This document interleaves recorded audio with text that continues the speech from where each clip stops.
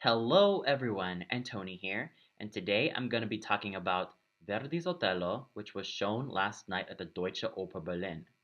Now, I will admit, this isn't really the first time I've seen Verdi's Otello. Actually, my first experience with this opera was by the film version of Franco Zeffirelli, which starred Placido Domingo in the title role, Katia Ricciarelli as Desdemona, and Justino Diaz as Iago. And all I have to say is that this is actually my introduction to the opera in general, and even though there were some cuts here and there, I still like the film. And by far my most favorite scene was when Otello kills Iago by hurling a spear before Otello kills himself. So, yeah, even though Iago wasn't killed in the original Shakespeare play or even in the Verdi opera in proper, it was still quite amazing just watching that scene. Sure, it may have been brutal, but it was definitely amazing. So, for those of you who haven't seen Verdi's Otello directed by Franco Zeffirelli, go check it out.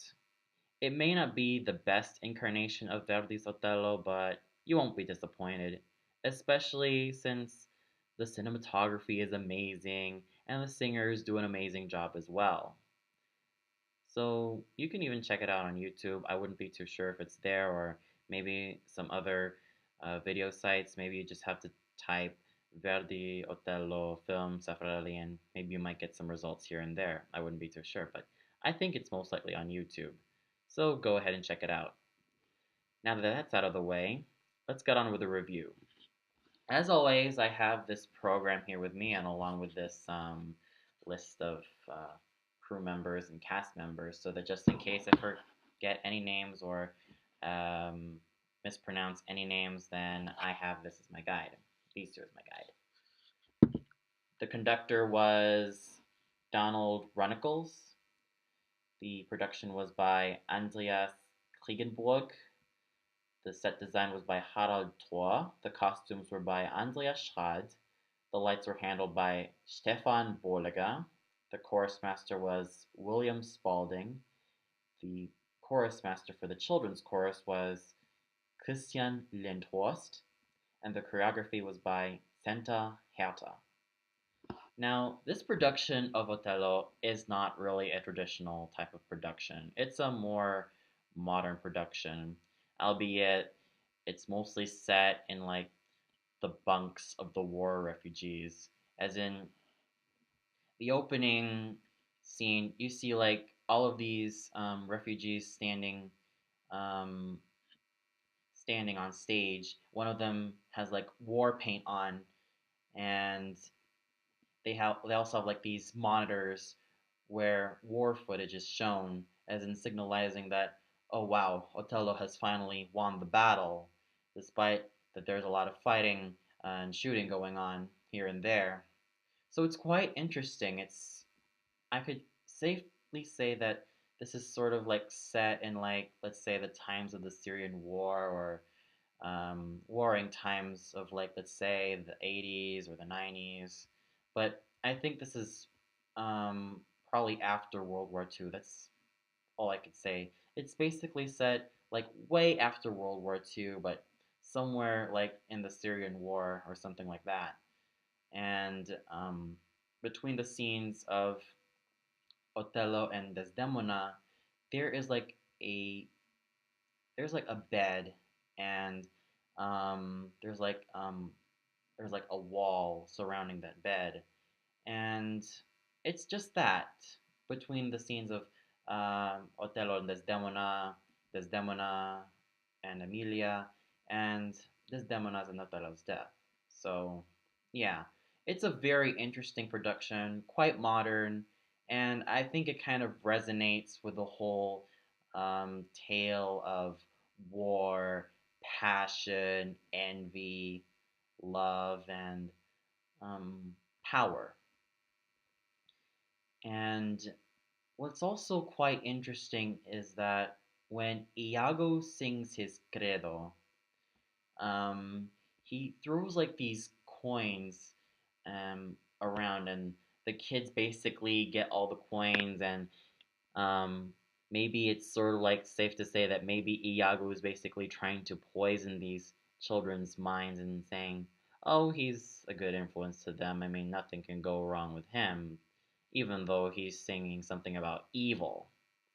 I think it's safe to say that maybe in this production, I think children are easily quite influenced in terms of like what adults show them, and Iago being an adult, I think he's kind of influencing them that this is what he believes. He believes that, you know, he believes that everything in this world is evil. He himself is evil. And that he believes in a cruel God, so best listen up, if you know what I mean. So, yeah, that's quite interesting. Basically, this production is quite innovative. It resonates well with what Othello is, and it was actually quite interesting in general. Sure, it may not have been lavish, but given a tale of war and power and jealousy, would you really be that surprised? I wouldn't really think so. At least that's how I see it. So that's what I could say. The production was really quite interesting, and in my opinion, it resonates well of what Othello is, a story of war, of passion, and of envy. And it's not all pretty here and there, so best prepare yourselves. Now, on to the singers. In the title role of Othello is Jose Cura, a name I've known for many years, and a name I've also heard on YouTube here and there, and I've also listened to his voice on YouTube as well. I'll be very frank in his performance of Othello. I'm fully aware that Mr. Cura has been performing this role for years and years on end, and it really shows that he does have the voice. But when he opened with Esultate, I felt it was kind of weak. I felt it was kind of like a weak way to start the evening. His voice in the Esultate wasn't really that steady, but he managed to pick himself up quite well. And there were times that his Esultate didn't really leave such an impact on me, even though the music definitely saved him from that. So yeah, there are times that Mr. Kura has a shortcoming here and there, but as an actor, he is totally involved with the drama. You could see the anger in his eyes. You could see the jealousy. You could see um, a man who was torn between war and love and passion. You could see all of that. I would have to say that Mr. Kura as Otello, he is an amazing actor. And his singing, even though he had such a weak start, he manages to pick himself up quite well. Sure, his voice does leave a lot to be desired, but I will say this. The biggest plus about his voice is that he actually has a nice baritonal tone. It may not be to everyone's taste in terms of the high notes. Yeah, there are times I kind of find his high notes a bit short, but lest we forget, Otello is pretty much a very challenging role for a Helden tenor. It mostly relies on like a baritonal range, and that he also has to be a very convincing actor. So that's all I can say. Jose Cura as Otello may not always have like his best moments in terms of his voice, but he manages to pick himself up quite well. But his acting is very, very, very spot on. Where can you go wrong with him as Othello? Absolutely nothing could be wrong with him as Othello. And it really shows that um, after many years of portraying this tragic hero, he still has it.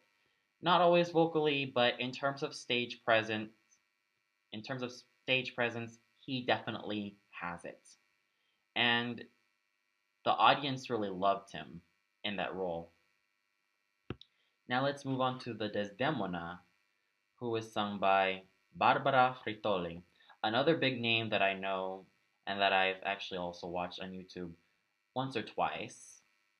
And all I have to say is that I do like her voice. Sure, there are times that her voice has a tendency to be a bit wide in the vibrato, but when she has to sing soft, she sings it soft and heavenly, and it's actually quite luscious.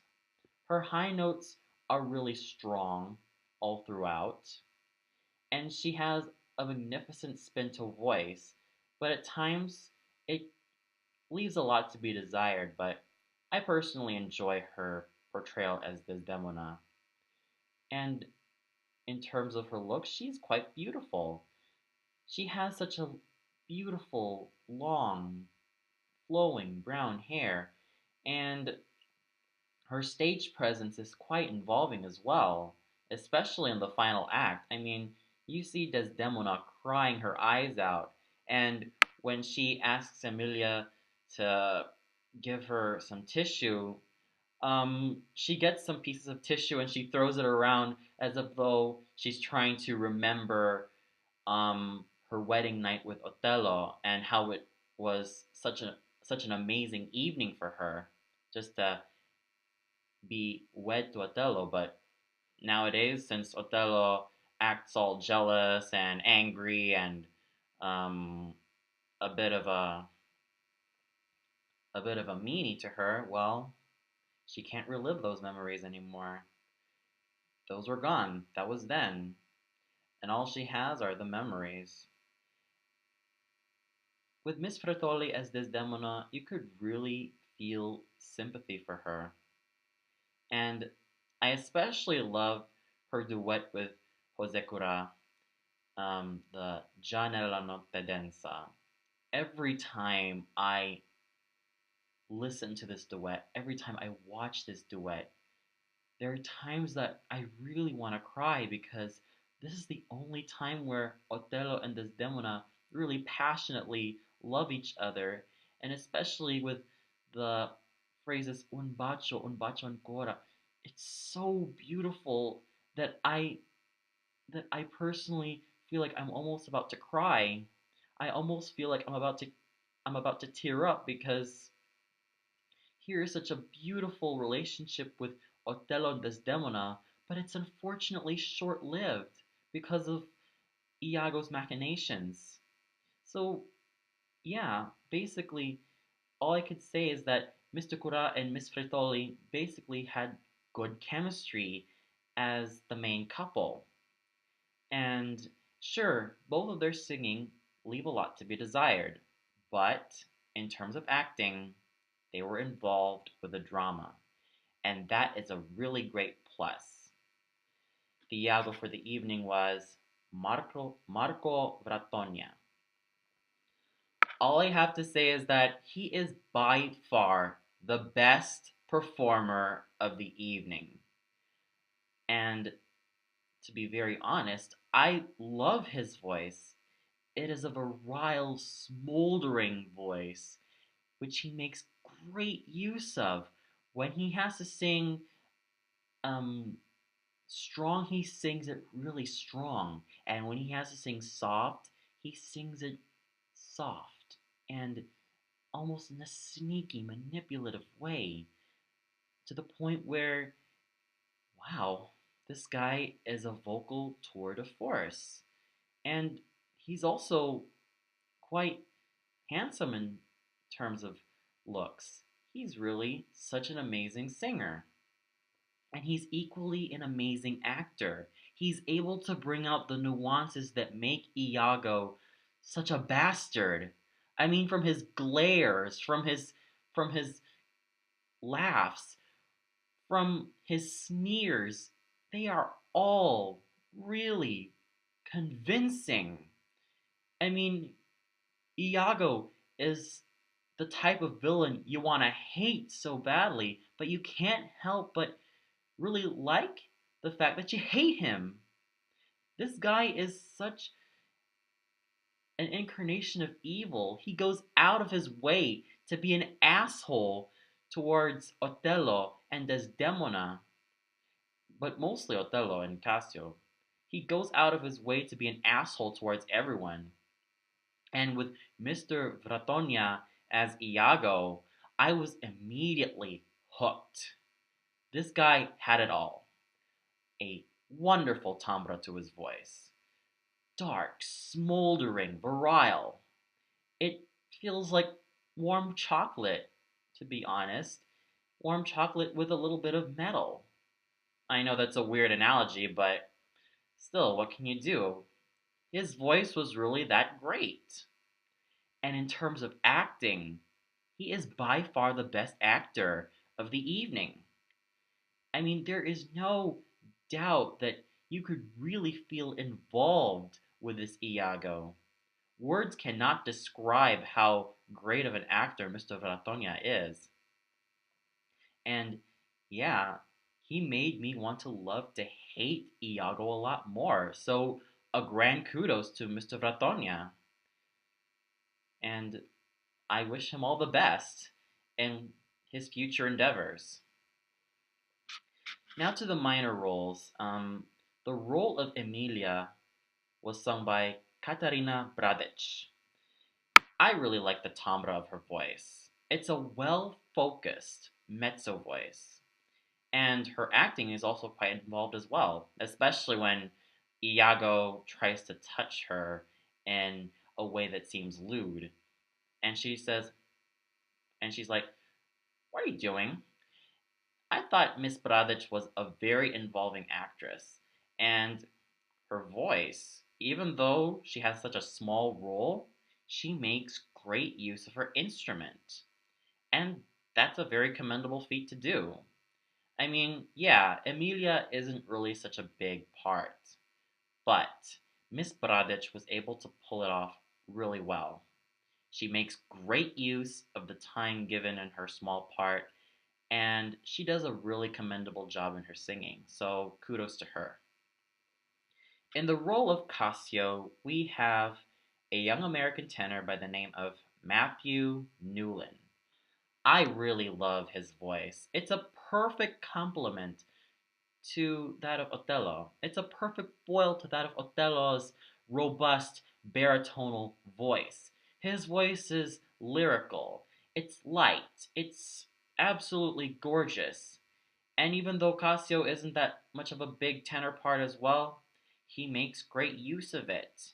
And his stage presence is also quite good as well. And I really think that Mr. Newland has a bright future.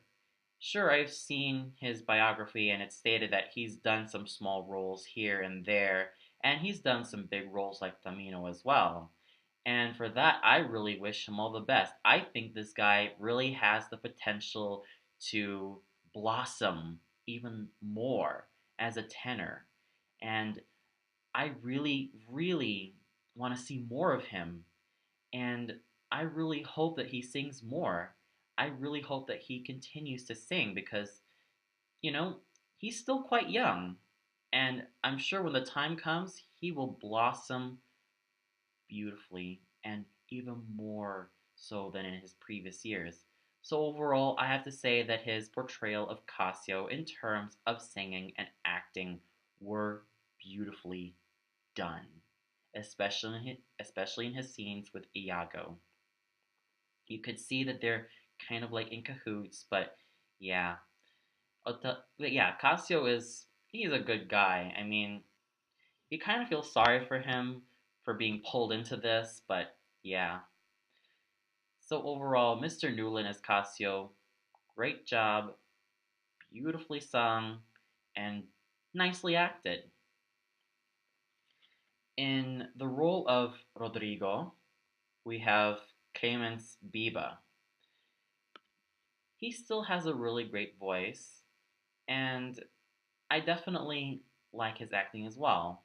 He's able to make great use of his instrument despite Roderigo being a very small role. So a great kudos to him as well. In the role of Montano, we have Seth Carrico. Now, his voice, I don't really care for that much, even though it's a really good voice. It's just that um, it's not really my ideal bass baritone voice. But then again, Montano is a small role, so that's quite forgivable. But he's able to make great use of his stage presence and his voice, and it may not be of a very smoldering, dark, virile timbre, but for what it's worth, it's actually quite good. And his acting, really involving as well. So overall, I have to say that Mr. Caraco had made a great impression as Montano. Well, if not the greatest impression, then a really good impression. In the role of Lodovico, we have Ben Wager. His voice is good. Not great, but really good.